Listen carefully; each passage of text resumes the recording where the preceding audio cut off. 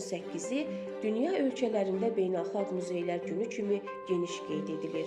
Bu gün 1977-ci ildə Beynəlxalq Muzeylər Şurasının 11-ci konfransında təsis olunmuşdur. Muzey Yunan sözü olub, Muzalar məbədi deməkdir. Dünyada ilk muzey Ellin dövründə qədim Misirin paytaxtı İskəndəriyyə şəhərində yaradılmışdır. Burada 40 mindən çox eksponatlar, heykəllər, gilqablar, papiruslar və bir-birindən gözəl sənət nümunələri toplanmışdır.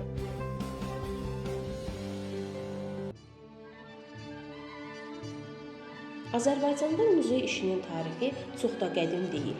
Ölkəmizdə bu sahənin inkişafı muzeylər şəbəkəsinin yaradılması Ulu Öndər Heydər Əliyevin adı ilə bağlıdır. Xalqımızın milli tarixi və mədəni irsinin qorunmasında muzeylərin dəyərini dərindən və həssaslıqla duyan Ulu Öndər, respublikada müvafiq şəbəkənin genişləndirilməsi, onun maddi-texniki bazasının gücləndirilməsini daim diqqətdə saxlayırdı. Qısa müddətdə Azərbaycanın 60-adək rayonunda tarix-diyarşünaslıq muzeyi yaradılmışdır. Ulu Öndər Heydər Əliyevin təşəbbüsü ilə 1993-cü ildə Nazirlər Kabinetində muzey işçilərinin Respublika müşavirəsi keçirilmişdir. Azərbaycan mədəniyyətinin Üzeyir Hacıbəyli, Hüseyn Cavid, Məmməd Səid Ordubadi, Cəfər Cabbarlı, Bülbül, Səməd Vurğun kimi nəhəng simalarını memorial xatirə, mənzil muzeyləri məhz Ulu Öndər Heydər Əliyevin şəxsi təşəbbüsü sayəsində yaradılmışdır.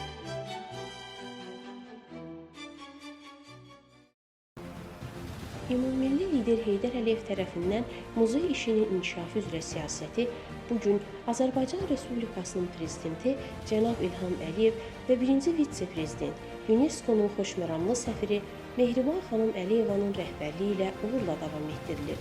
Mehriban xanım Əliyevanın böyük zəhməti sayəsində Şirvanşahlar Sarayı kompleksi, Qız Qalası və Qobustan Milli Tarixi Bədii Qoruğu UNESCO-nun dünya irsi siyahısına daxil edilmişdir. Torpaqlarımız işğaldan azad olunduqdan sonra gündən-günə çiçəklənən Qarabağda aparılan abadlıq quruculuq işləri çərçivəsində muzeylərin də bərpa və təmir olunaraq əvvəlki gözəlliyinə qaytarılması çox qürur verici haldır. Azərbaycanın qədim torpağı olan Qarabağın işğalı zamanı talan edilmiş və dağıdılmış Bülbülün, Üzeyir Hacıbəylinin ev muzeyləri, Molla Pənah Vaqifin muzey məqbərə kompleksi bərpa və təmir olunmuşdur. Milli Xalça Muzeyinin Şuşa filialı da bərpa və təmir olunaraq istifadəyə verilmişdir.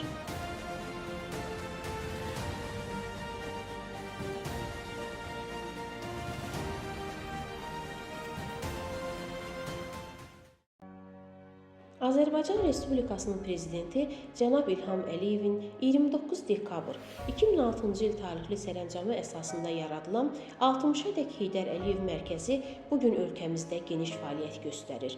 Mərkəzlərin fəaliyyəti Azərbaycan xalqının ümummilli lideri Heydər Əliyevin dövlətçilik fəlsəfəsi və Azərbaycançılıq məfkurəsinin dərindən öyrənilməsi, geniş təbliği, Azərbaycan tarixi və dilinin, mədəniyyətinin, milli mənəvi dəyərlərinin yaşadılması istiqamətindədir. Bu da Heydər Əliyev irsinin gələcək nəsillərə ötürülməsinin və təbliğinin bariz nümunəsidir.